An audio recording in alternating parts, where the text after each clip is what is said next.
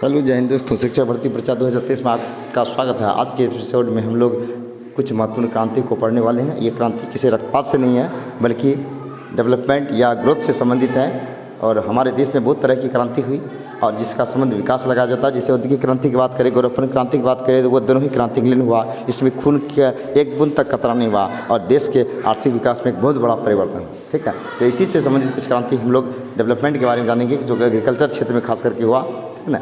और क्या कहा जाता है कि नील क्रांति, तो पहला है नील क्रांति का संबंध किससे है, तो मत्स्य उत्पादन से। जी हाँ दोस्तों, तो 1859 ईस्वी में वेस्ट बंगाल में नील क्रांति का शुभारंभ हुआ था और इसके जो जनक थे पंडित हीरालाल शास्त्री थे। तो नील क्रांति का संबंध किससे है, तो मत्स्य उत्पादन में से है, यानी मछली उत्पादन क्षमता को बढ़ाना है। और भूरी क्रांति का संबंध किससे है, तो उर्वरक उत्पादन से। जी हाँ दोस्तों, तो भूरी क्रांति का संबंध जो है उर्वरक फर्टिलाइजर्स प्रोडक्शन से है। और रजत क्रांति का मैन्युफैक्चरिंग से है, यानी फर्टिलाइजर मैन्युफैक्चरिंग से है। और रजत क्रांति का संबंध किससे है, तो अंडा उत्पादन से। रजत क्रांति का संबंध जो है अंडा उत्पादन से है। और जब पीली क्रांति का संबंध है तिलहन उत्पादन से। जी हाँ दोस्तों, तो तिलहन और दलहन दो अलग अलग चीज़ें हैं। जहाँ तक पीली क्रांति का संबंध है और तिलहन उत्पादन से है।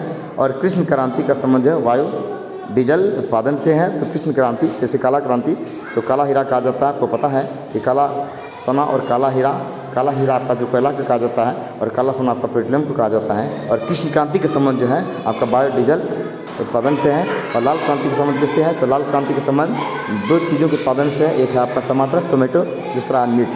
ठीक है ना, तो लाल क्रांति का संबंध टमाटर और मांस उत्पादन दोनों से ही है।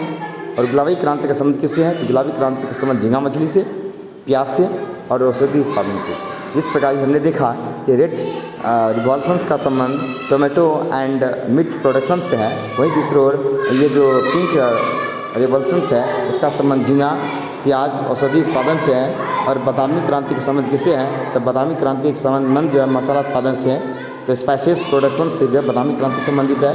और सुनहरी क्रांति का संबंध किससे है, तो फल के उत्पादन से। सुनहरी क्रांति का संबंध जो है फ्रूट्स प्रोडक्शन से है। नेक्स्ट क्वेश्चन आपकी स्क्रीन पर, अमृत क्रांति का संबंध किससे है, तो अमृत क्रांति का संबंध नदी जोड़ परियोजना से है। तो अमृत क्रांति का संबंध किससे है, तो नदी जोड़ परियोजना से है। और हरित क्रांति का संबंध किससे है, तो हरित क्रांति का संबंध जो है खाद्यान्न मेक्सिको से है। तो हरित क्रांति का संबंध जो है खाद्यान्न मेक्सिको गेहूँ की क्रांति से है। ठीक है, तो अमृत क्रांति का संबंध जो है नदी जोड़ परियोजना से। सॉरी गलती हो गया था।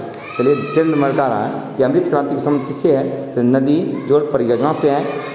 और हरित क्रांति का संबंध जो है किससे है, तो हरित क्रांति का संबंध गेहूँ उत्पादन से। गलत हो गया, देखिए खाद्यान्न मेक्सिको गेहूँ दे दिया, तो गेहूँ खाली कह सकते हैं। तो हरित क्रांति का संबंध मेक्सिको गेहूँ के उत्पादन से है। ठीक है, और अगर इसमें गहराई में अगर जाइए तो पूछा जाएगा कि भारत में हरित क्रांति की शुरुआत कब हुआ, तो 1966 से लेकर 1967 के बीच हुआ था। 1966 से 67 ईस्वी में भारत में हरित क्रांति की शुरुआत हुआ था। और यह हरित क्रांति के जो जनक हैं MS स्वामीनाथन है। और हरित क्रांति के फलस्वरूप कृषि उत्पादन में अप्रत्याशित वृद्धि हुई और खास करके गेहूँ उत्पादन में 8 गुना वृद्धि हुआ था। वहीं जो है दलहन और तिलहन में बहुत कम इसका प्रभाव पड़ा, जबकि धान उत्पादन में दूसरा प्रभाव पड़ा और मोटा अनाज में तीसरा। और सबसे कम जो है ना इसका प्रभाव जो है दलहन और तिलहन में रहा। और अंतर्राष्ट्रीय स्तर पर अगर हरित क्रांति की बात करें, इसके जनक जो थे नॉर्मन ई बोरलॉग थे, जो कि अमेरिका के रहने वाले थे। और कृषि के क्षेत्र में अनुसंधान के लिए कृषि वैज्ञानिकों को नॉर्मन ई बोरलॉग पुरस्कार भी दिया जाता है। ठीक है ना, तो अमृत क्रांति का संबंध जहाँ और क्या कहते हैं नदी जोड़ परियोजना से है, उसी प्रकार हरित क्रांति का संबंध जो है मेक्सिको गेहूँ उत्पादन से है।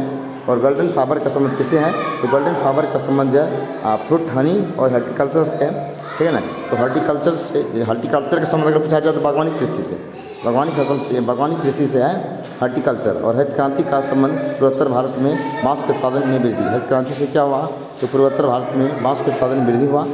और 14 नंबर है इंद्रधनुषी क्रांति का संबंध पीली नीली लाल गुलाबी भूरी अन्य सभी प्रकार की जो क्रांतियाँ हैं इन सारी को मिला करके शुरू की गई थी। और स्वर्णरेखा क्रांति का संबंध जो है जूट उत्पादन से। ठीक है ना, स्वर्णरेखा क्रांति का संबंध किससे है, जूट उत्पादन से है।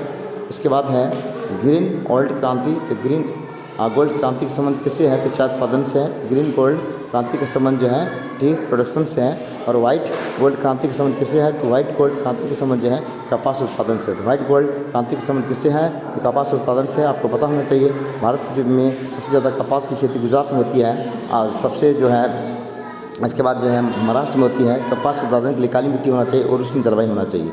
और काली कपासी मिट्टी इसलिए कहा जाता है, काली कपासी मिट्टी इसलिए कहा जाता है कि इस काली मिट्टी में कपास की खेती होती है। ठीक है ना। और सदाबहार क्रांति का संबंध कैसे है, तो समग्र कृषि विकास से है। सदाबहार वन जिसमें शीशम, सागवान ये सब जिसकी पत्तियाँ हमेशा हरा भरा होता है। और स्वर्ण क्रांति का संबंध किससे है, तो फल और शहद उत्पादन से है। तो स्वर्ण क्रांति का संबंध जो है फल और शहद के प्रोडक्शन से है। और किली क्रांति का संबंध किससे है, तो काली क्रांति, ब्लैक रिवॉल्यूशन, तो काली क्रांति का संबंध जो है पेट्रोलियम उत्पाद से है यहाँ दोस्तों। तो काला सोना कहा जाता है पेट्रोलियम को, तो काली क्रांति का संबंध पेट्रोलियम उत्पाद से है जो कि जीवाश्म ईंधन है। और गोल्ड क्रांति का संबंध किससे है, तो गोल्ड क्रांति का संबंध आलू से है। और लाल क्रांति का संबंध किससे है, तो लाल क्रांति का संबंध मांस उत्पादन और टमाटर उत्पादन से, जिसका मेंशन पहले किया जा चुका था। ये थे कुछ क्रांति से संबंधित महत्वपूर्ण प्रश्न। और हमारे देश में समय समय पर इस तरह की क्रांति होती रही और जिन जिन क्षेत्रों में क्रांति हुई उस क्षेत्र में उत्पादन में काफ़ी वृद्धि हुई, ताकि हमारे देश में सारी चीज़ों का जो है अभाव ना रहे, ठीक है। तो ये थे कुछ महत्वपूर्ण प्रश्न। चलिए, आपकी एग्जाम्सन्स के लिए बहुत इंपॉर्टेंट है। धन्यवाद, आपका दिन शुभ हो और आप अच्छी तरह से एग्जाम्सन्स चेक कीजिए। Okay, have a nice day.